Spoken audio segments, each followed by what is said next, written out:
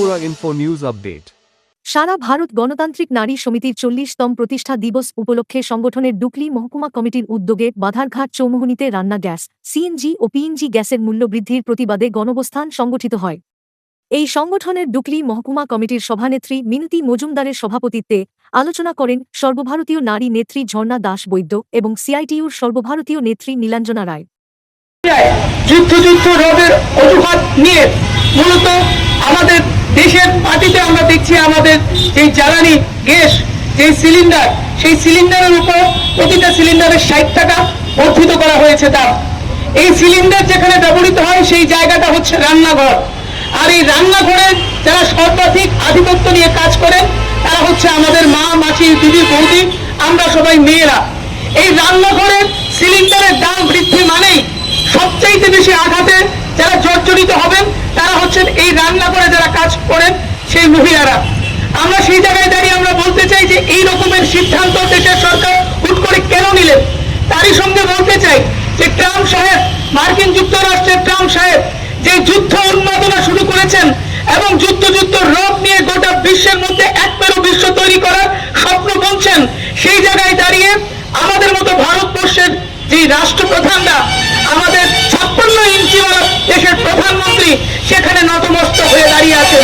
আমরা বুঝতে পারছি না যে ভারতবর্ষ মন্ত্রীর কথা বলে, যে ভারতবর্ষ ভ্রাতৃত্বের কথা বলে, সেই ভারতবর্ষ ইন্টারন্যাশনাল সেক্টরে দাঁড়িয়ে ব্রাদারহুডের কথা বলে, সেই সম্প্রীতির শান্তির ভারতবর্ষের রাষ্ট্রনায়ক নরেন্দ্র মোদীর কারণে আজকে আমরা সেই ট্রাম্প সাহেবের মতো যুদ্ধবাজের সামনে সেখানে নতমস্তক দাঁড়িয়েছি, আত্মসমর্পণ করিয়েছি।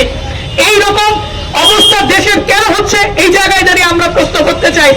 আমরা নারীরা এই জায়গায় দাঁড়িয়ে প্রশ্ন করতে চাই, যারা স্লোগান দিচ্ছেন বেটি বাঁচাও বেটি পড়াও, তাদের আমলে কয়টা বেটি এই দেশ, এই রাজ্যে কিংবা যেখানে যেখানে বিজেপি শাসিত সরকার আছে বেঁচে আছে? সেটা হাতরাসের সেই মেয়েটার কথা বলুন, কিংবা কাশ্মীরের সেই মন্দিরে ঢুকিয়ে সেই ছোট্ট শিশু কন্যাটার কথা বলুন, মুসলিম কন্যাটা, কিংবা আমাদের মোহনপুরের মতো জায়গায় ধান খেতে দাঁড়িয়ে ধর্ষণের পর পুড়িয়ে দেওয়ার ঘটনা বলুন। প্রত্যেকটা জায়গার মধ্যে আমরা দেখছি যেখানেই রাষ্ট্রসংঘের তাবর নেতৃত্বের দ্বারা পরিচালিত বিজেপি সরকার, সেখানেই মূলত মনুসংহিতার আশ্রয়ে আশ্রিত হয়ে নারীদের উপর নির্যাতন, ইজ্জত হয়রানি, নারী পাচার, নারীদেরকে সর্বশান্ত করা, নারীদের অর্থনৈতিক, রাজনৈতিক, সামাজিক মর্যাদা অক্ষুণ্ণ না রাখার প্রশ্নে এবং সেখানে বিপন্ন করার প্রশ্নে সর্বত ভূমিকা নিচ্ছে বিজেপি শাসিত সরকারটা। আমরা এই জায়গায় দাঁড়িয়ে বলতে চাই, আমরা তো এই রাজ্যের মা বোনেরা যারা নাকি আমরা একটা সময় দেখেছি বামফ্রন্ট সরকার, অনেকে হয়তো বা এখানে অনেকে রকমের সমালোচনার দৃষ্টিভঙ্গিতে বলতে পারেন যে বামফ্রন্ট আমলে কি নারী নির্যাতন বন্ধ ছিল? না, হয়তো বা ছিল, কিন্তু বামফ্রন্ট ছিল যারা নারী নিরাপত্তার জন্য প্রশাসনিক স্তর থেকে শুরু করে, আমলা থেকে শুরু করে, আধিকারিক থেকে শুরু করে সেই নির্যাতিত নারীকে, ভিকটিম ওমেনটাকে সেখানে সমস্ত রকমের স্বাস্থ্য পরিষেবা দেওয়া থেকে শুরু করে সার্বিক ভূমিকা নিতেন। কিন্তু আজকে এই 7-8 বছরে এই রকমের নিদর্শন প্রশাসনিক কিংবা বিজেপি সরকারের তরফ থেকে আমরা দেখি না। যে পতাকা আমরা প্রথমে উত্তোলন করেছি এবং আমাদের রাজ্য সহ গোটা দেশ আমাদের সংগঠনের 46তম প্রতিষ্ঠা দিবস প্রতিপালন করছে।